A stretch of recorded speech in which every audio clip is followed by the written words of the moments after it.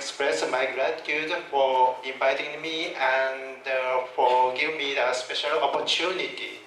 And today, I'd like to talk on the current endodontic method to treat periapical periodontitis.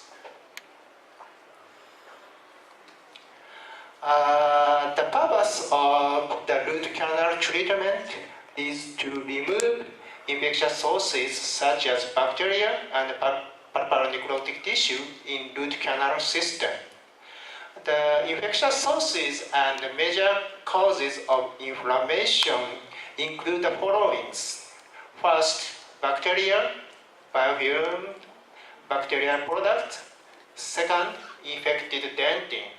Third, pulponecrotic tissues, and so on. Then, the most effective means for this basic method is mechanical enlargement, and antimicrobial agents are sometimes used locally. As an approach to persistent bacteria, second thing is to disinfect by intracanal medicaments. And third thing is to seal off persistent bacteria by root canal filling. That means the tightly sealed in apical region. However, as shown in this slide, the configuration of root canal system is rich in diverse and severely complex. Moreover, bacteria also present in the outside of apical foramen and form biofilm. Therefore, it is impossible to completely remove bacteria and all causal agents from the root canal system by mechanical means. So, there is a question about the location of remaining bacteria. Using histological analysis, we observed that bacteria entering into canal adhere to the surface of all over the root canal wall and form biofilm as dense aggregate. More importantly, bacteria can enter into dentinal tubes to a depth of 10 to 150 micrometers from root canal wall and grow. Your position is not good enough. You can see the... No problem. Yeah. So more importantly, entering into root canal can invade accessory root canal as well as main canal. These findings also suggest that it is impossible to completely remove all bacteria from the root canal system. This slide shows the endodontic treatment procedure from the examination and diagnosis to the root canal filling and then follow-up process. Regarding root canal enlargement, irrigation, and disinfection, several problems currently exist. So far, as a method for removal of pathogens, the improvements of bare laser chips and endodontic instruments such as nickel titanium file have been studied. However, it is still necessary to improve their removal effectiveness and applications in complex regions. This slide shows the experimental data by culture method and PCR demonstrating that mechanical root canal enlargement can decrease the bacterial number in root canal. However, the mechanical root canal enlargement cannot completely remove all bacteria present in root canal. This slide shows about the disinfection by intracanal medicaments as chemical means. Their requirements are as follows.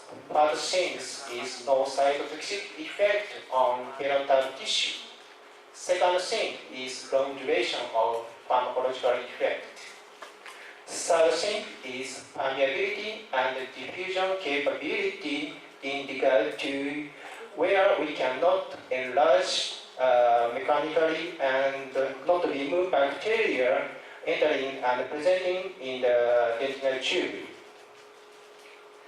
Currently used intracanal medicaments have some efficacy in the reduction of bacterial number and the inhibition of bacterial growth.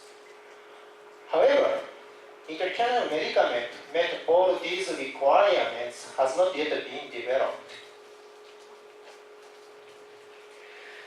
This slide shows the relationship between root canal obturation, root canal filling state, and post-operative result.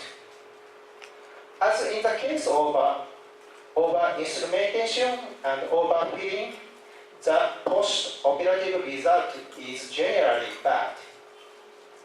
Success rate is around 55%. Therefore, to seal off persisting bacteria by root canal and to seal in apical region tightly and properly are very important.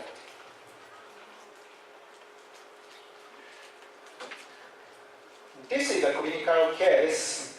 This case shows the gingiva around upper right side first premolar is swollen and the fistula is also formed. After removal of metal crown and metal core, we couldn't find any problems around the root canal orifice. After opening the gingiva, we could find root fracture here at the apical area. This case also suggests that excessive root canal enlargement, especially apical area, and excessive lateral condensation pressure bring poor prognosis, such as root fracture and root extraction. And this slide shows the cause of failure of root canal treatment. This report suggests that root canal obturation and filling affects the prognosis. Therefore, good state of root canal obturation minimizes leakage and bacterial invasion because of minimal space for bacterial growth and reduction of nutrient supply.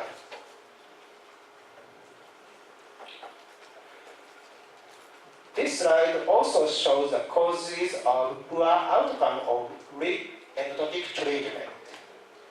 First thing is that it is technically very difficult to repair the inadequate previous root canal enlargement and preparation. The second thing is that broken file and accidental perforation were occurred at the previous root canal treatment. And the third thing is that it is difficult to disinfect and remove bacteria embedded into root canal, dental tube, cement, and periodontal region because of long-term bacterial invasion and infection. Therefore, it is considered that the success of endodontic treatment is approximately 60 to 80% or a little bit better. Then, first endodontic treatment is extremely important. First of all, the measurement of working length is extremely important to lead the success of root canal treatment. By accurate measurement of working length, we can clean and disinfect and tightly seal to the site of apical constriction. However, some roots have similar apical foramens. In such cases, we have to examine further means such as endodontic surgical treatment.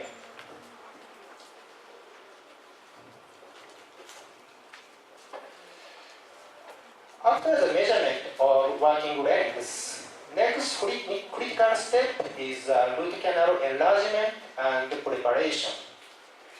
The main problem is the inability to visualize three-dimensionally the anatomy of root canal. Therefore, to imagine and assess root canal in three dimensions and to form a similar figure to original root canal shape. These are very important. First, to reduce bacteria present in root canal as much as possible. Second, to prepare proper flare and taper form. Third, minimal intervention. In other words, to avoid excess enlargement and preparation, and to remain tooth structure as much as possible. Fourth, to maintain central axis of root canal, and do not cause transportation of apical foramen. Fifth, to maintain apical foramen. Do not destroy apical foramen by over-instrumentation and over-filling.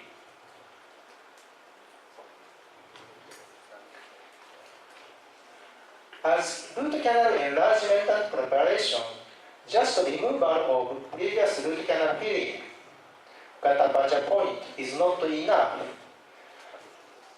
To clean up untreated area and to fill those areas is very important. However, if this step is wrong, transportation of apical foramen is occurred. So, to maintain central axis of root canal and to keep apical foramen are most important. Especially in the cases of curved root canal, there is a possibility of occurrence of some procedural errors, such as chipping, perforation, and ledge formation, and transportation of apical foramen. Chip is the result of tendency of the instrument to straighten inside a curved root canal. This results in over-enlargement of the canal along the outer side of the curvature, like this, and which is a common instrumentation error that usually occurs on the outside of the curvature due to the exaggerate cutting and careless manipulation during root canal instrumentation, like this, and then finally like this.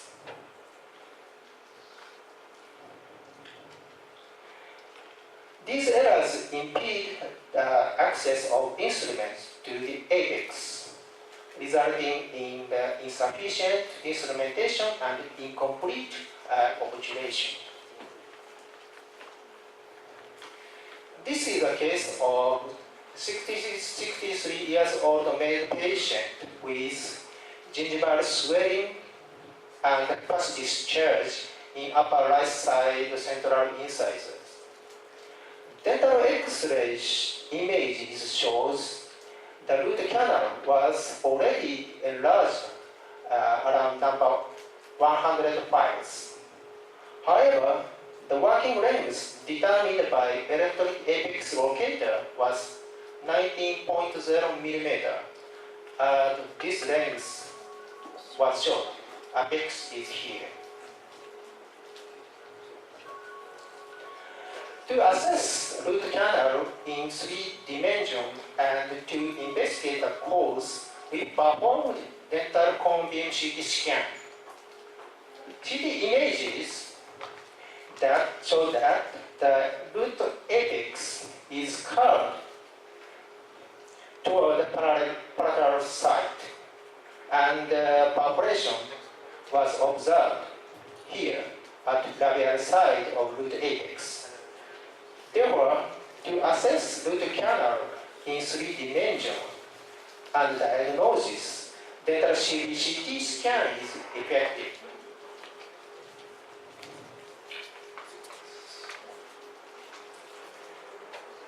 insufficient instrumentation and incomplete observation by ridge and zip sometimes lead to refractory hierarchical periodontitis.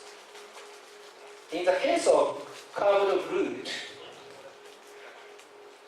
to carefully clean up residual infected materials around here with bended file is important and effective, like this. And this is a case of 60 years old male patient with gingival swelling, fistula formation, and pulsatory pain at the lower right side second molar here. CBCT images shows that this second molar has C-shaped canal and 3 apical foramen. This. So all 3 root canals have been treated and obturated. At 3 months later, the apical lesions disappeared. As a strategy for dealing with the perforation, various materials have been applied. Recently, mineral trioxide aggregate called MTA has been developed as a good material because of the characteristics such as high biocompatibility and hydrology. In USA, most endodontics specialists often use this MTA as blockade material when the perforation is found under alveolar margin. That case for the 96%. As main components of MTA, its powder contains calcium oxide, silicon dioxide, bismuth oxide, and aluminum oxide. Its liquid is just purified water. Basically, MTA is similar to Portland cement as industrial cement. Its good points are good sealability, biocompatibility to bone tissue, and hard tissue induction ability. Recent immunohistological study has reported that MTA can induce the regeneration of cementum on MTA and suggested that this cure form is ideal and similar to healthy periodontal regeneration. MTA is highly alkali and its pH is between pH 10 to 12.5, and then also has antibacterial activity, and calcium hydroxide is continually eluted. Its main applications are perforation blocking material, root end filling material in endodontic surgical therapy, and direct pulp capping and vital pulpotomy, and so on. This is a case of 56 years old male with gingival swelling, post-discharge in upper right side lateral incisor. However, there were no percussion pain and tenderness. Pedal pocket depth was normal, less than 3 mm. Dental X-ray images shows clear large lateral periapical region with large lucent area and enlarged root canal, however without filling material.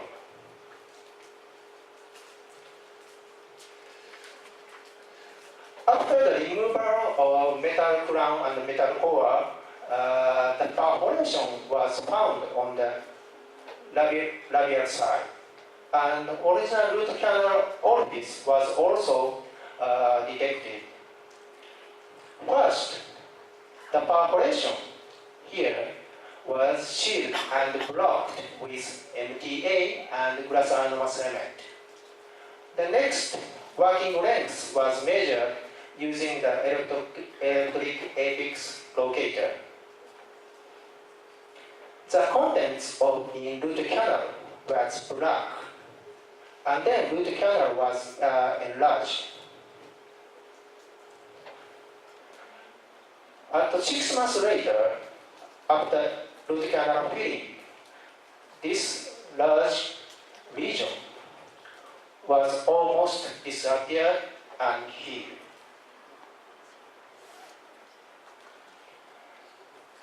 The removal of cervical dentinal triangle leads to the access easily to apical portion.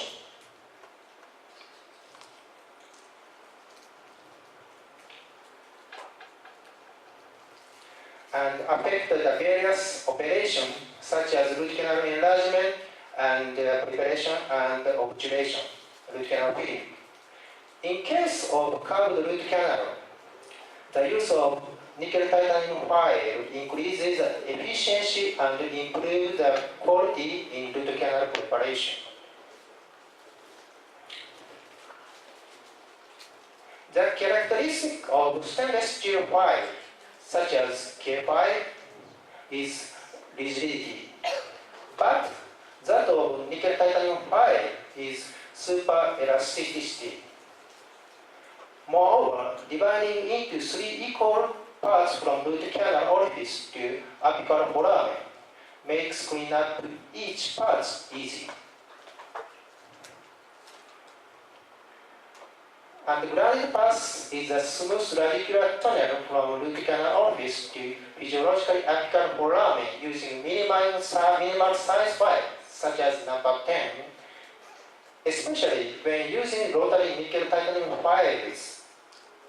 The creation and maintenance of glide paths are necessary to prevent broken file and endodontic instrumentation errors, such as perforation.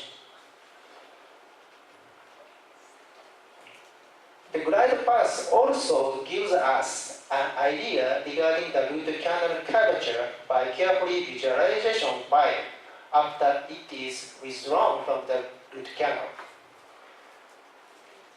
Therefore, the creation and the maintenance of glide paths is critical part of endodontic success.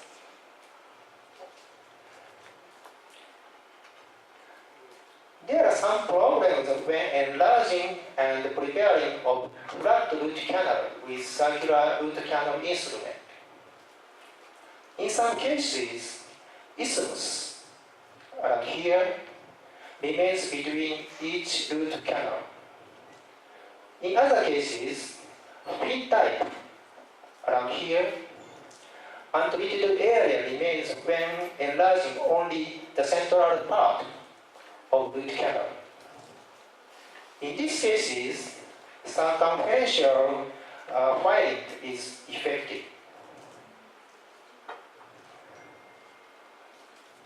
For root canal preparation and irrigation, ultrasonic file is more effective, and laser irradiation using various types of laser, such as diode laser, aluminum laser, and carbon dioxide laser, has bactericide effect.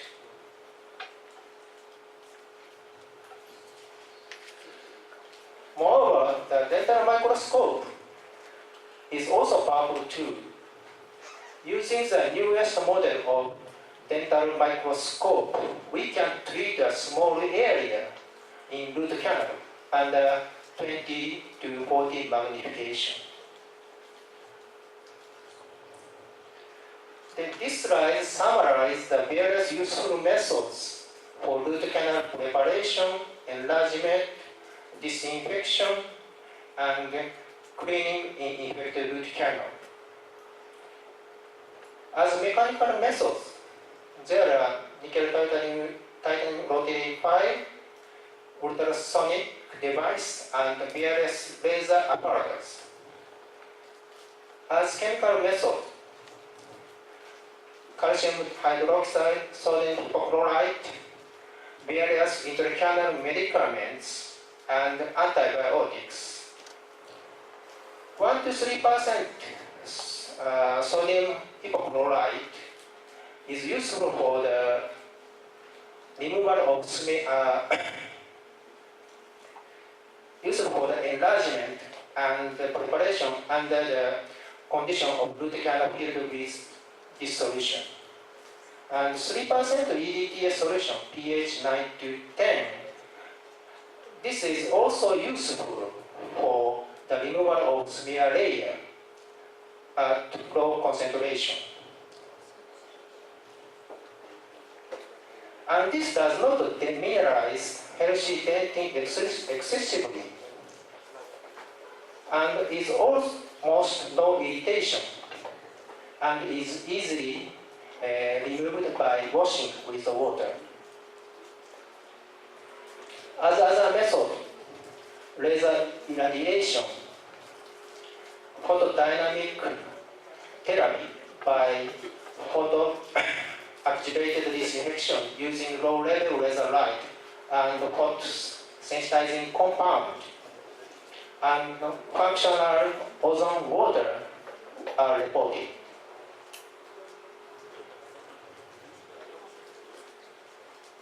As already mentioned, to seal off the persistent bacteria by root canal filling, especially tightly sealed in apical region, is very important. Bacteria in root canal can embed into dentinal tubes here. However, it is impossible to completely remove bacteria embedded into dentinal tubes. Therefore, complete and tight sealing with root canal filling material is important for stopping bacterial growing and killing bacteria. For this purpose, adhesive shield system used for composite resin restoration is applicable. This test system creates hybrid layer with resin tag in dentinal tubes.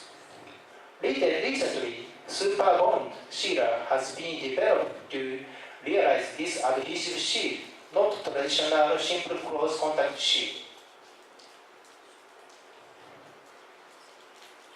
This slide shows the non-surgical treatment results. Although these are a little bit older reports, the success rate for the root canal filled teeth with apical lesion are around 48 to 74%. This slide shows the relationship between the size of apical lesion and clinical results. With treatment and teeth with large apical lesion have poor clinical outcome. So, previous systemic review also reported that the success rate of second treatment, endodontic treatment. First, regarding the periodical status, the success rate of teeth and tooth with periapical lesions were associated with a significant lower success rate, 28% lower than without periapical lesions. Second, regarding the size of periapical lesion, teeth with larger lesions, larger than 5 mm, were associated with significantly 25% lower success rates than those with smaller lesions.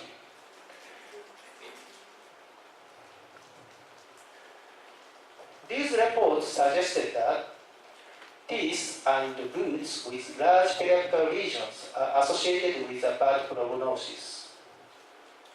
So, we have to consider what is the cause of poor outcome of endodontic treatment, and what is the cause of refractory periapical periodontitis.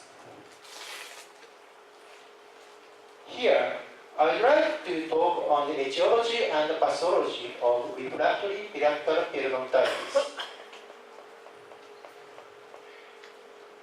In general, apical periodontitis is highly curable by standard endodontic treatment.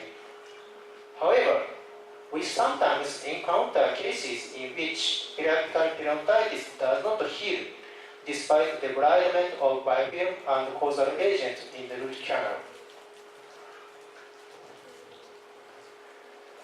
The following are thought to be causally related to refractory periapical periodontitis.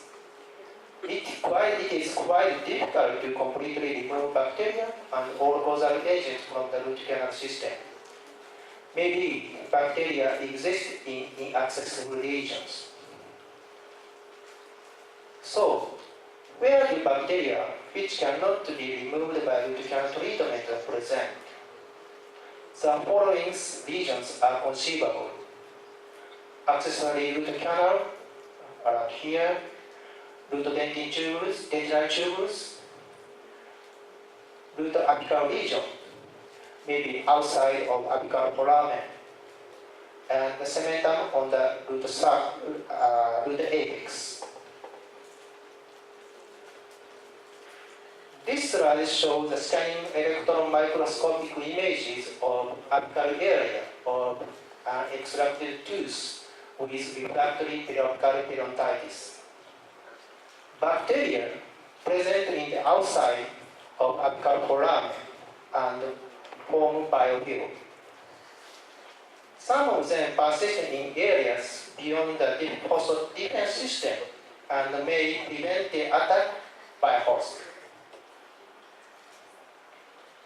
As you can see, destroyed apical sheath and foramen and extruded gutta percha point were observed. Moreover, bacterial biofilm were formed on extruded gutta percha point.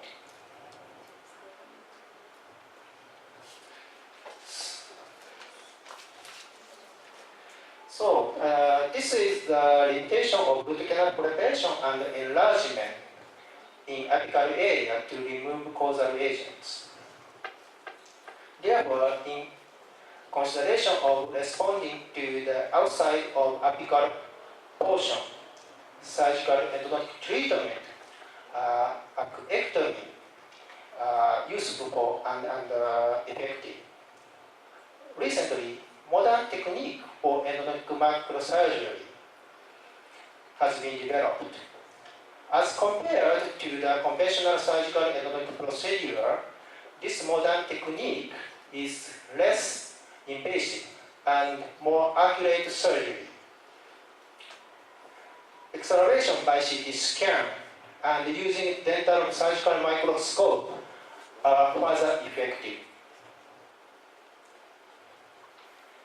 And this slide shows the difference between the conventional technique and modern techniques using the microscopy. In the case of modern technique, bone resection is small, and the level of root section is less than 10 degrees, almost flat, horizontally. Therefore, the number of dentinal tubules that open the cut surface is small. In the case of conventional technique, round bar is used for root and cavity preparation. And then there is a risk of perforation to the lingual side around here. However, in the case of modern technique, ultrasonic retro chip is used for root and cavity preparation, and then cavity formation following the root canal is possible. And root end filling and as a root end filling material, MT is thought to be the best. And then roots are the lifelong support to keep teeth and to keep good roots. endodontic therapy is invisible. But this is a very important foundation construction for teeth. Thank you for your attention.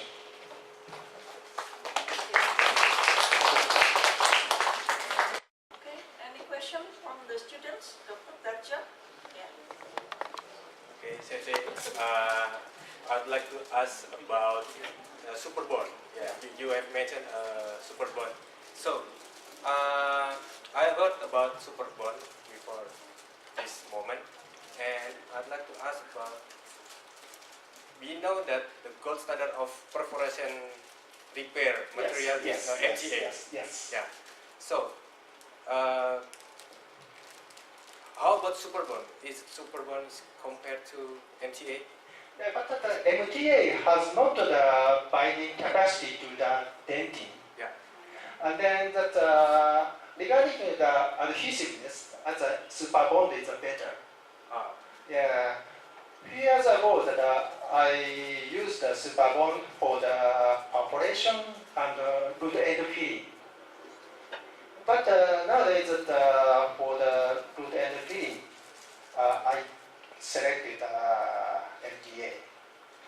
That depends on the perforation size, where the perforation occur. Because the MTA has not adhesive capability. And then I applied MTA on the perforation side. And then next, I applied glass ionomer cement over the MTA. Because glass ionomer has a binding activity to the dentin and the double shield. So in this case, what is the purpose of the benefit of the super bond? Yeah, but the point of the MTA, that's Excuse me, super bond is a brand or super bond is the just super bond, just material? material. Material. Yes. Okay, because it is actually is new for us. Yeah, that's 3M company sells the super bond for the specially endodontic treatment as a root canal shear. It's okay? Dr. Darja, any question? Some more question? Ini? Tangannya, oh ya. I didn't see hands. I just want to ask about the modern technique for endodontic microsurgery. There are level 45 and increase and 0 until 10. Yes. Which one is more ideal? I think that modern technique is not so difficult. Just cut horizontally. Yeah. It's cut horizontally. Yeah. It's difficult to feel canal, the apex. Yeah, but we can use a small mirror, especially for the modern microsurgery. And maybe the mirror size is maybe Micro 2 mirror, yeah. Yeah. And then if you use the modern techniques that microscope and that micro mirror is very useful. But as a Japanese, cannot select the down. From this Yeah, first yes, day, but yes. university. Yes. So what is your recommendation about Yeah. I do not recommend the use of that techniques for the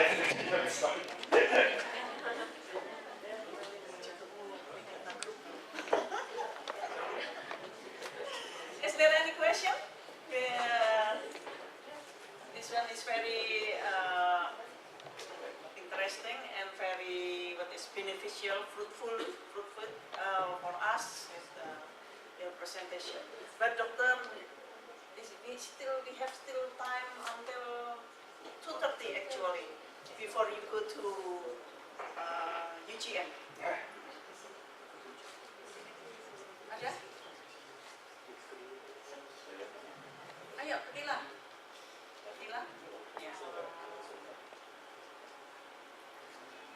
Konnichiwa Sensei,私の名前はアキラです。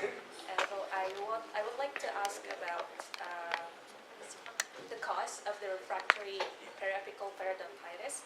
If there happen to be a lateral canal or like uninstrumented ramification, I actually read some of the sources that it's better for us to instrument it a little bit as long as we could. Or what is your suggestion? Because it might be hard for us to insert a file there. Maybe it's like we could only do a irrigation over there and for like activation with ultrasonic. What is your suggestion? I think that there is a limitation of the enlargement and irrigation, but some bacteria remain in the canal. I think after that, I think that root canal filling is very important for the type C. And then bacteria maybe die because of the nutrient no supply. And then bacteria are packing in the root canal. And then maybe they gradually kill. And then the growth. And then bacteria root canal filling is a very important step. The final step for the root canal treatment. Okay. It's enough. Because I thought the ICHS is in UGM, but in East Park, so you need more time to go there because of traffic jam. Yeah, but I saw so many bikes and cars on the street. Okay, I think it's enough, yeah. And the conclusion that I got from your presentation